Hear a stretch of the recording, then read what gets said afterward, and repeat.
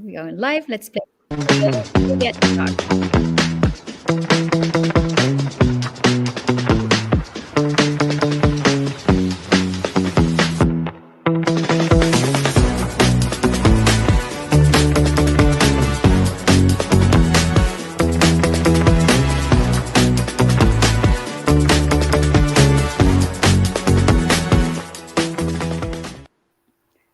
Welcome, everyone, to a new episode of the Women Empowerment Series. The Women Empowerment Series is a platform where I invite incredible women from around the world who are sharing their story, who are inspiring through the work they do and their journey. And I'm so honored and delighted to have you with me, Gupta. Welcome, my dear. Thank you so much, Hynd. I'm so grateful to be here, and I'm so excited and happy to be here. Me Wonderful too. talking to you. All these women, all these incredible stories, all the incredible leaders. And the beautiful part of it all is that we are so different, yet we are so similar Mhm. in our love for, inspiring, motivating, and sharing. And I think your journey speaks so much about that. So I want you to go back and tell us, how do you calling yourself today an inner peace coach, and you are an inner peace coach. But when I go back, I am so impressed with your background, D. You were in one of the most competitive I like, was. schools in India. And how do you find your way when you start in science and engineering and technology? So tell me your story, and how did it all start for you? Sure, yeah. So I was born in an Indian family. Like I'm Indian. I was born in an Indian family, and in India, you do whatever it takes to either become an engineer or a doctor. So I Yes. didn't think like I was like, okay, I love math and I love bio. I could go both ways, and I decided to do it. Really? Yeah. Oh, So so you had that debate whether to go doctor or engineer. Yeah, I had like for a year, I was thinking about like, which path should I choose? And the reason I chose engineering is because I didn't want to study so much. No, yeah, because doctors, it's a lot of years. That's so It's a true. lot of years. Ah, So, like the and same everywhere. Huh? yeah. Yeah. So then I ended up going to IIT Delhi, which is like, one of the good colleges in India. And it was One of very, the most very, competitive. Are you kidding me? In the world. right. Oh, yes. Yeah, very very intense kind of thing, and it was fun. Like it was great, and I was happy at that time. But I didn't even do computer science at that time. Mhm. Okay. It didn't matter because like from campus, I wanted to do computer science, like software engineering, but Uh-huh. I knew that it didn't matter. So when I didn't work for a single day in chemical engineering, I basically got selected straight up into a software job, and then I moved to US and I started working for Microsoft, and I was like, this is my dream. I'm never gonna leave this ever But in it's a my dream life. for every young one. Oh my God, of course it is. But wait, so when you were at school, how many girls were there? Were you very few, or did it start to be Yeah. actually half half? No, no, no, nowhere close. It was 22 girls out of 450 people. Wow. That's even less than, actually, even for us, it was the same. Oh, yeah. There was always one or two, maybe three in the classroom of 40 or something. Right, yeah, exactly. So many times I'd be the only person, and people were so Know that awkward feeling. around girls that, like, if I would sit on one thing, the whole bench would be empty. Yeah, really. It was so Funny. awkward around Because they girls. wouldn't sit by your side because you're the girl. Oh, I'm the that's girl. Yeah, exactly. incredible. Yeah, I used to sit in the front also. I'm Yeah. like, so that's an interesting feeling because, I don't think we talk about it a lot, but in science, we are so few. Now it's better. Now there are more girls in some Yeah. areas, but I was in engineering in very early 90s. So Mhm. that time, very, very few girls, and it's a long time ago. Right. Yeah. And so you joined Microsoft, which is a dream job. Yeah, it was like I'm not leaving here until I die. Like I'm leaving here in my grave. I love it. I was just so happy. It was my dream. Mhm. And within 6 months, I started to realize something is wrong. And I was like, I'm not feeling as fulfilled as I thought I would be. And So it's soon. So so 6 months. soon. But I Wow. didn't, but it took me 10 years to finally leave it. So I Yeah. worked in India for a few years before I came here. So total, I had like about 15 years of software experience. But like I tried different things, I tried different roles, I tried different companies. I was like, maybe it's just Microsoft is too big. So I tried a smaller company and I Right. it was the same thing everywhere, you know that saying, wherever you go, there you are. Yes, yes, I know. Yeah. It was like, okay, I couldn't, I mean, it wasn't right for me. Wow. So I jumped off that train, like that plane with, and I built a parachute on the way down. Like I just jumped off and I didn't know what I was going to do. I didn't know how I was going to survive. I was like, I can't do this anymore. I am done. It takes so much courage to do that. I wonder let us know where you're joining us from as you connect in so that we can greet you. And if you have a question, because this conversation is just fascinating. Because when you have the most comfortable job and the Mhm. most, looked after, right, by all the youth, and then Right. you're like, no, I don't want it. I hated it. I was so miserable. I would go into meeting rooms and I'd be like, everybody's excited and they're talking about like whiteboarding stuff and like, Yeah. this goes here, this goes there. I'm like, I wish I could bring myself to care. I just don't care. I want to care, but I don't care. Oh my God. Yeah. I would sit in the car for 15 minutes in the morning before getting out of the car, just willing myself to get out of the car to go into the workplace from in the parking lot. It Really. was so bad. And this lasted for how long? Hi, Mariam. I can see people greeting us. Hello, it's good to see you here. How long did it last? It was pretty much from after the first 6 months till 10 years of trying Wow. different things. But But yeah. how did you manage to keep yourself and you keep your sanity and keep going to the office? Oh yeah, that was I just didn't feel like I had any other option. Yes, And trapped, basically. trapped. Yes. Exactly. So Yeah. I just had to, there was nothing else I could do. I was just there.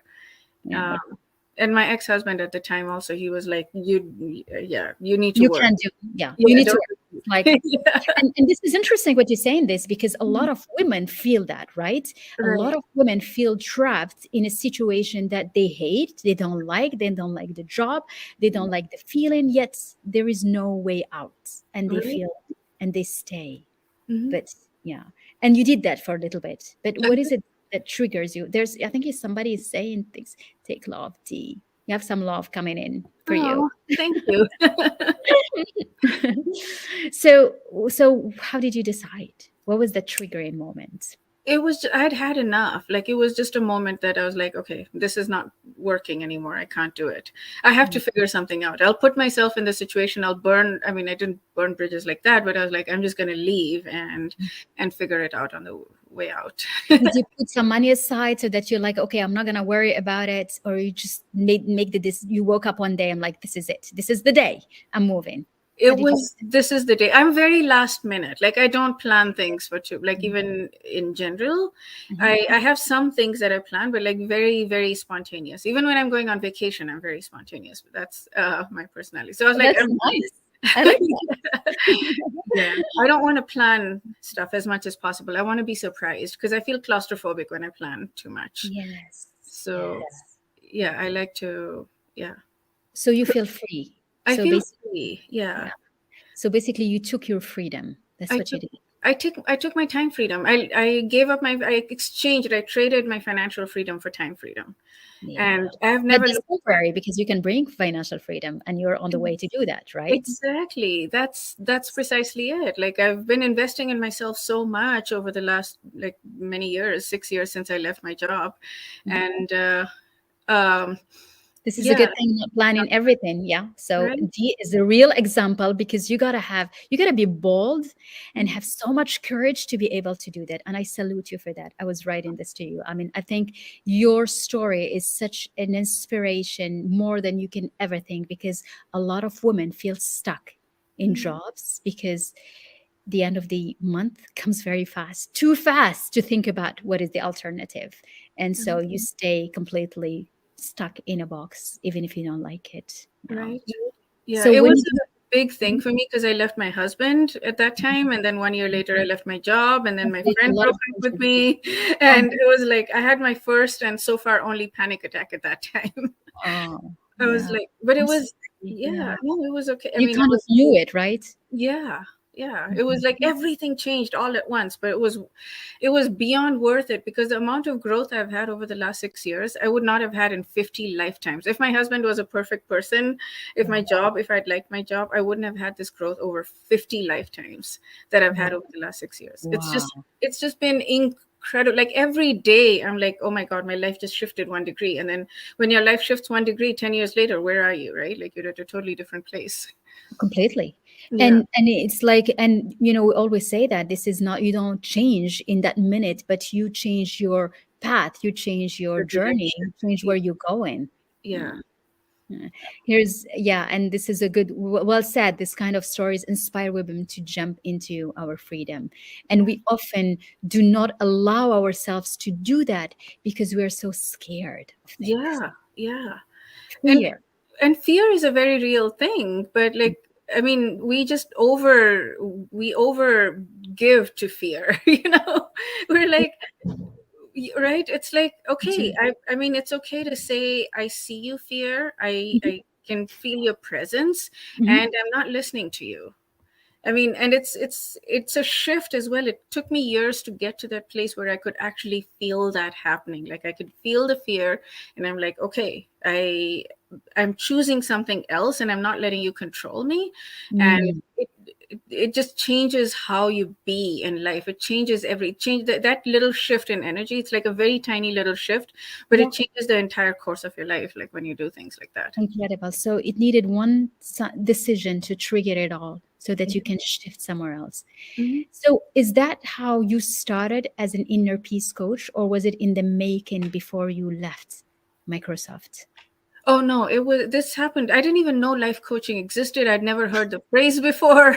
I had no idea like this whole personal Wow. growth existed. I was all alone, like completely like Um, feeling like there yeah. was nobody.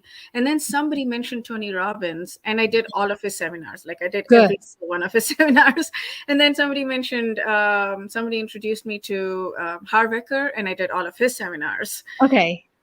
And so just I started So you my start developing your understanding of yeah. what self-development, and it probably helped you yourself to strengthen up, right? Oh, big time. Yes. Yeah. Yes. So that's where my journey started. That's when I started to find my tribe, and I started to find, and then my Facebook feed now is filled with people that are just incredible, including you. Like it's just Oh, so good, the group that we're in. Like it's just, I pinch myself sometimes. I'm like, how is it even possible for me to find so many people that I absolutely love and admire and just oh, I love that. Oh, yeah. expression of well. So here's another comment here. Fear can save us sometimes, but it's a question of well calculating its next steps. How would Right. you answer to that, D? Yeah, so fear is necessary, absolutely. Like if you are seeing a lion in front of you, you want to figure out You how got to it. solve it. It's just that the fear has become, it's taken over our, it's not needed. Most of the time, it's not needed. I would say 99% of the time, it's not You can real. overcome it. Needed. Yeah. Yeah. It's not real. Yeah, very true. It's amplified. It's So true. yeah, it's not real. It's meant to keep us safe. It's the century of the mind that's meant to keep us safe and meant to keep us small. And I don't really know why God put that us into us, but it's there. And Yeah. so the thing that our job is to work past that and work through that and identify the 1% of the fear that is real, right? Mhm. Like I mean, but And understand, tackle it and tackle it. understand why it's coming from. Mm. Right, right. And And then mhm. and many times it's just really not real. Like I mean, I've seen it in relationships as well. I'm like, I want to run from this relationship. I mean, because what if this guy is using me, and what if this guy is like, taking advantage of me or whatever. And I'm Mm. like seeing that, I'm like, okay, I see you, fear, but I'm going to dive in. I'm going to put my entire heart and soul into this, Mm. and I'll be okay at the end of the day. I know I'll be okay no matter what happens. Oh yes. And what's interesting is that always say that if you want to you want to be a leader and lead yourself to whatever direction and path and dream goal you want to create, you want to bring into your life, you got to Right, have courage. Leadership is right, fueled with the courage, and the courage is not needed if there is no fear.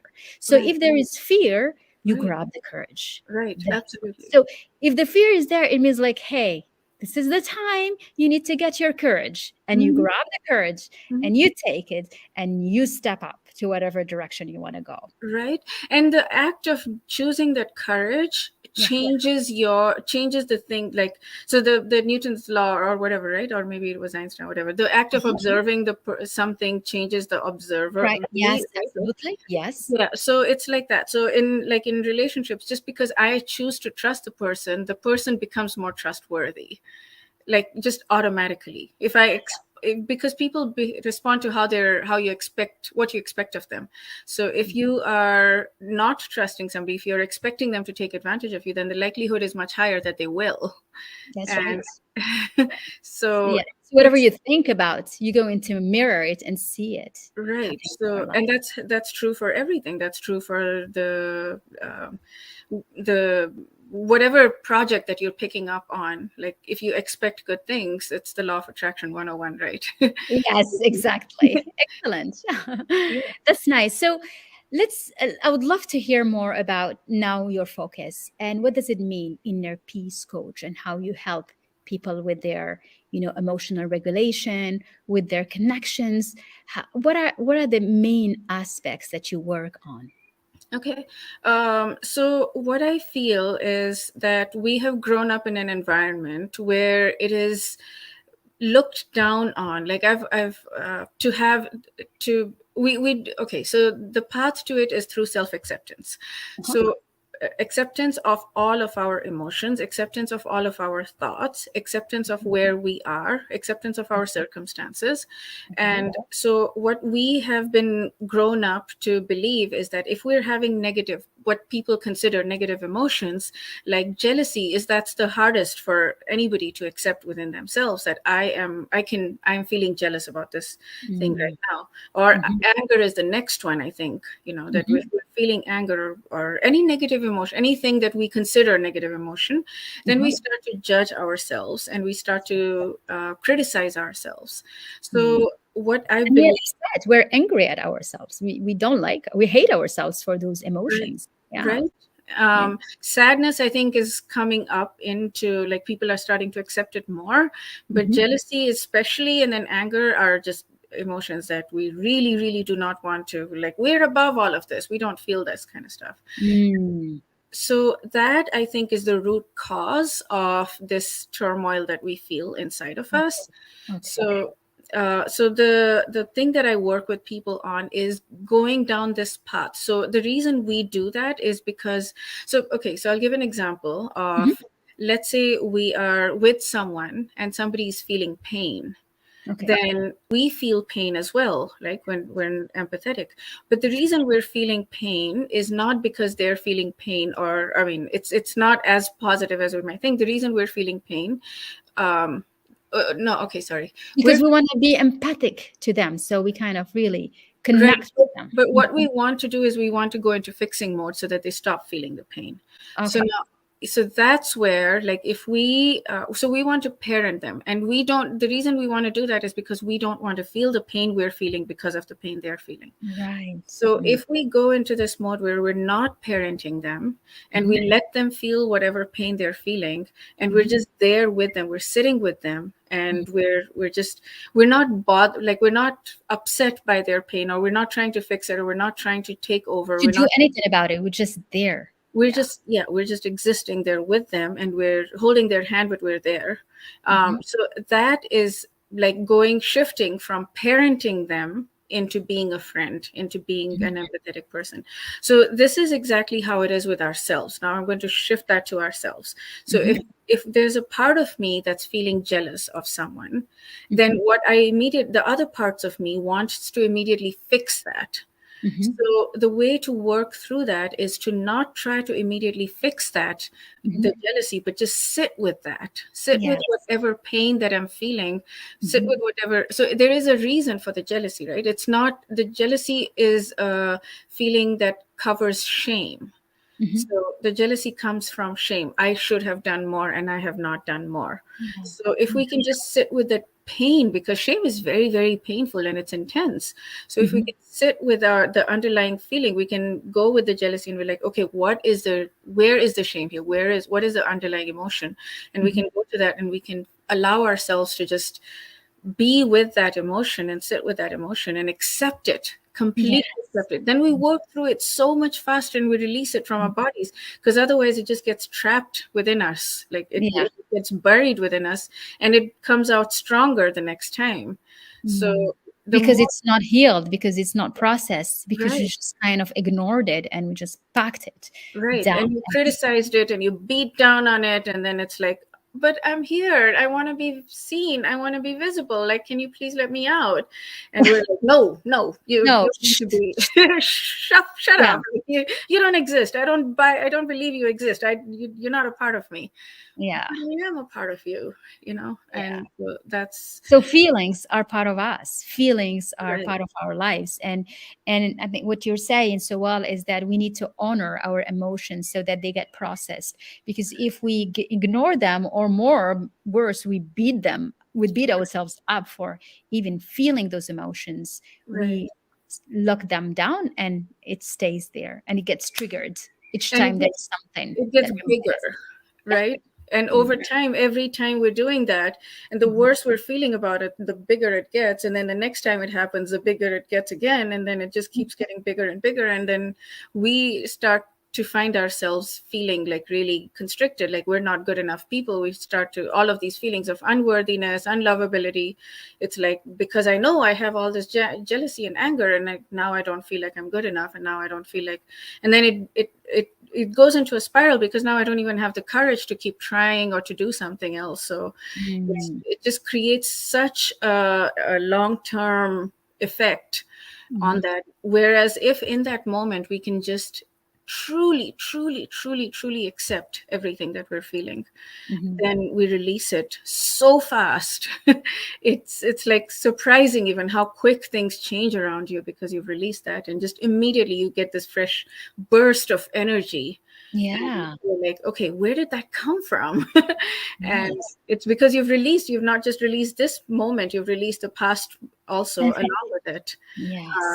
And you're And you starting, are freed you're from it. you're freed from it. And Yes. yeah, and then you start to feel yourself lovable, like, okay, it's okay that I have jealousy, it's okay that I have anger. And Mhm. now the question becomes like not about not having these emotions, but how to manage them so that I'm not imposing them on other people, right? Mhm. So Yeah. how to manage them in a healthy way so that I'm not hurting other people in the process, but Yes. I I'm, like that. Right. yeah, So you like focus on yourself, focus on making yourself healed so right, that you can become a better human for yourself and for others. for others, yes, Absolutely. Because right, that's how you create relationship. It start by creating your own relationship. yeah. Where are you from? You have a lot of people asking, where are you from, Dee? Oh, I'm Where are from you? India. Are you in Seattle now? Where are you I'm in based? Seattle. Yes, You're I'm in Seattle. US. That's Yes. why it's the sun, because now it's the morning for you. Yes, it is. It's 10:22 a.m. right now. Is it sunny? It is Warm? sunny outside. Yes. Is it It's warm? summer in Seattle, so it's It's sunny. summer already? How come Yeah. it's summer? Ah, early. It starts early. Yeah, well, yeah, it started to become hot right now, so it's Really? yeah. Oh, wow. Mm. We are, it's spring for us here, but it's warmer spring. Today Mm. it's raining actually, Oh, cool. which is nice, different, Mm. but it's gonna start getting hot as well. Mm. That's nice. You know what? How nice. This is amazing. We connect from everywhere. Right. And that's why I'm like, because I usually don't have those lives this hour much earlier, but Mm. and I'm so happy to be able to connect with so far away. It's amazing. Yeah, me So, too. me too. So you're now. How do you consider yourself? You've been a scientist and engineer, so a very structured mind, and now you're going into this inner peace. Is this spirituality? Is this closer to this? Where do you fit in the range between the science and the pragmatism and the logic and this? Where do you locate yourself? Yeah, that's a great question, because I consider myself very like a brain-based rather like a Yes, of course you are, because you've right? been, of course you are. Yeah, like I loved math all my entire life. Like I have a very logical You're like engineering math. brain, Yeah, they're like numbers. Yeah, numbers I and know that. That's why we communicate easily. We right. speak engineer to engineer. We understand that. So even my personal growth stuff in the beginning, especially, I would just be go very brain based, and I would be like, this is logic and it fits, and I still do that. Like I still have that part of me, but I guess I've been developing the more um, Emotional side. intuitive, Mm. yeah, emotional, intuitive, like accepting, again, accepting of the emotions, and of Mhm. being being aware of them and being aware of my intuition and like trusting, just that part of it. So yeah, it's been a journey, but like I have both in me. I actually love that because I'm sure, yeah. And that's what's fun about being women and the way we are and the way we function, even within the engineering sphere and the scientific sphere. I think intuition has always been there forever. I mean, oh did yeah. you feel that when you were growing up? Is this something like where you feel like you're coming home to something that you know, or is it just like new? um I would say it was so the intuition thing. I always felt that I had a good Mhm, sense of intuition, like to mhm, read the room or to read mhm, read people. I felt like I was pretty good at that, but mhm, it still required a lot of work, and it's probably going to be there for the rest of my life, like developing this intuition. mhm. But yeah, it was. I guess it was a bit of both.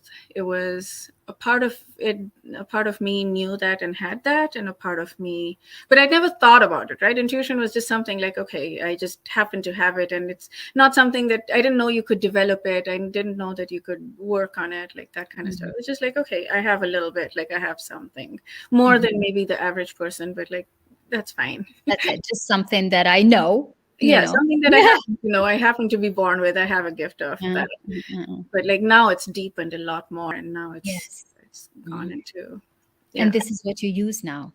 this is For what I use now, work. absolutely. Yeah. When I'm talking to people, the thing that I do is my style is to listen. Mhm. So I will listen to the person, and I will feel into what response I'm getting, and then I will give advice based on that, based on um, what I feel I'm getting. But like I'm very, very good at listening to I'm people and sure you are. picking Yeah.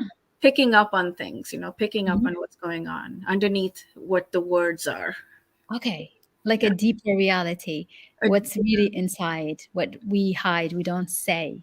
We say right. without saying. Yeah. Yeah, and many times it's not that we're not saying because we don't want to say. Many times it's we're not aware of what's going on underneath, and Of course. Of we're just course. we're just living out our patterns, and we don't really. But then, yeah, I've worked on this so much that I know the pattern, so I'm like, okay, I recognize that. And, Amazing. That's right. wonderful. And so this is your new journey, and how is it going? Like what would you what how do you what advice will you give today to someone who wants to find the inner peace? Because we all that's what we want, isn't it? Like what Right. would be something that you could share that is really valuable? Okay. Mm. The I would say the biggest advice I would give is um, find the ways that work for you for self-acceptance. Like it's easy to say accept yourself for everything, but it's not always easy to get to the place. Mhm. So find different ways. There are many different ways in which you can go about it, but Mhm. look for and search for the way that works for you. And once you get to self-acceptance, that's inner peace. Basically, they're kind of synonymous. So it's all about accepting everything about your life, just everything, no matter where you are, no matter how unfair it feels, no matter, like, I mean, you might feel like this is not where I'm supposed to be, and everybody around me is like somewhere else, and it's not fair, or I don't want to put in. Another one of the big things is I don't want to put in this much work. Why do I have to put in this much work when other people don't have to? But the fact is that everybody has to, and the more you raise yourself, the more you do it. So yes, find ways that work for you for accepting everything around you. I love And that. This is such a powerful advice. And once you accept everything about you, then you suddenly will feel the calmness because you have nothing to worry about. You are proud of you are who you are, and it is what it is. And you just accept it and move on to right, build whatever you want to create in your life. Yeah. right. This is amazing, and you are a representation of this through your experience, through your journey. And congratulations for the work you do, for for being such an amazing representation of how for women that want to free themselves from the work, the job that they don't like, but yet they keep themselves stuck because they don't know and they're scared for otherwise. Mm. Thank you, Dee, for your Thank you for so joining us. much. Thank you, everyone, for being with us, Miriam, Lilia, all the ladies. It's so nice to have you. If you're watching us on replay, let us know. I'd love to, so we can go back to watch the comments. Thank you, everyone, and I'll see you in the next episode. Thank you.